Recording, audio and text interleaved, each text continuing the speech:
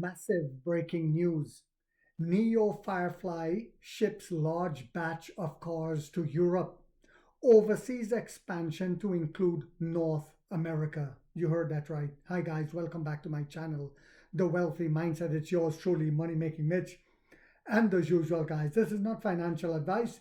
Please do your own due diligence and research. Apparently, the CEO of Neo heard me yesterday. It got to a boiling point where, and I know people didn't want to hear that, but I always say it the way it is. We've made a lot of mistakes, and the time for making mistakes have to come to an end. We need to sell cars in markets where we're going to make money. And I said in one of my videos yesterday, England and Australia, why aren't we there? Why are we going into markets that don't matter? And even one of my subscribers said, Canada also, we should be there. Well, guess what, guys? We're coming. We are coming. These are the things that hype me up. Because in the beginning, the company made mistakes and I let it escape. I let it go by because it's a new company. We have to give them time. We have the great business model. But then when it became overbearing, yesterday I had enough of it. However, like I said, perhaps the CEO heard me. Firefly is deepening its market penetration in Europe, North America, and Asia, it said, revealing for the first time its market expansion efforts will include North America. Boom! Firefly will soon open pre-orders in Austria, Greece, and Portugal. Neo's premium boutique car brand Firefly has shipped a large batch of vehicles to Europe and disclosed for the first time that its market expansion efforts will include North America. A large batch of Firefly EVs recently officially set sail from Shanghai's port bound for Europe, marking a further acceleration in Firefly's globalization process, the Neo sub-brand announced today on Weibo. Now, let's be very clear about this. The Firefly in Europe is pricey. I don't expect it to sell on a massive scale right now with the tariffs in place. But soon, I've always said it, that there's minor speed bumps.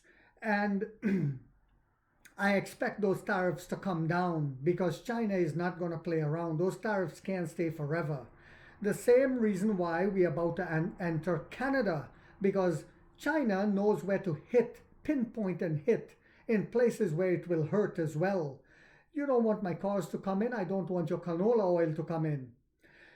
Now, this new Prime Minister of Canada, Carney, seems to be a brilliant, articulate man, and so far seems to be on the right path. And exactly what I said is happening, where the orange putty tat is pushing all of them right into China's arms. Driven by Neo's national distributor model, Firefly is deepening its market penetration in Europe, North America, and Asia, it said. To date, Firefly EV deliveries have commenced in the Netherlands, Norway, Belgium, Denmark, with pre-orders soon opening in Austria, Greece, Portugal, and the brand said today.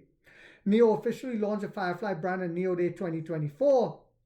And Neo originally planned to launch Firefly in Europe first, but shifted to China. It became such a big hit, then they released it in Europe. I think they released it in China first, hoping by that time the tariff deal would have been worked out, but it still hasn't been worked out. But anyway, on August 14, Firefly commenced deliveries in Europe with Norway and the Netherlands as the first available markets.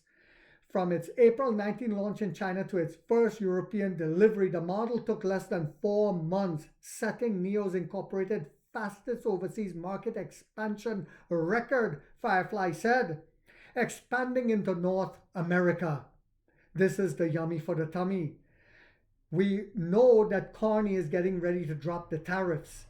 So Neo is most likely preparing for that to enter right away. Firefly today mentioned for the first time that its overseas market expansion will include North America. It did not elaborate further, though it likely refers to Canada or Mexico. But I think it will most likely be Canada because Mexico just imposed tariffs on Chinese goods as well.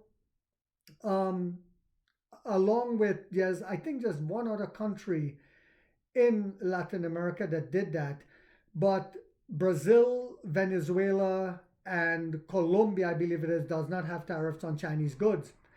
Right now, Venezuela is paying the price for that, but that's a topic for another time. The US market remains largely closed to Chinese automakers, while Canada relations with China have recently improved. This is why we believe it's going to be Canada, guys. Late last month, the Wire China reported that the Ottawa government was considering eliminating the 100% tariff on Chinese EV imports, aligning with China on EV issues. And I spoke about that when it happened. The shift comes as US President Donald Trump trade war severely disrupted the deeply integrated US-Canada automotive supply chain, with Canada seeking to negotiate lower trade barriers, the report said. Canada imposed a 100% additional tariff on all EVs manufactured in China.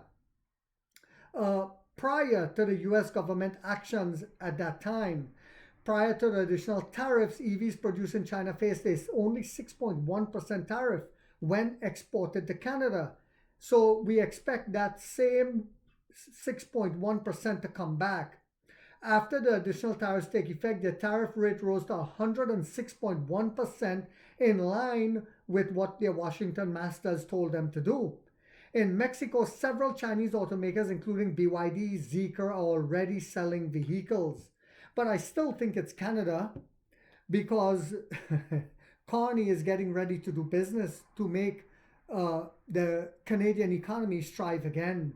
If that happens, and I'm allowed to go over to Canada and get one of them, I will. I will go and buy me a Firefly. I hope you guys found this video yet again to be informational, inspirational, and motivational. If so, guys, don't forget to hit that thumbs up. It takes a lot of time to do these videos and the editing. And if you haven't yet subscribed, you might want to think about doing so, because in this channel, we are waking up the middle class for the first time to get a major piece of the pie from the ground level up as to how the games are played on Wall Street. And like 50 said, we get rich or we die trying, guys.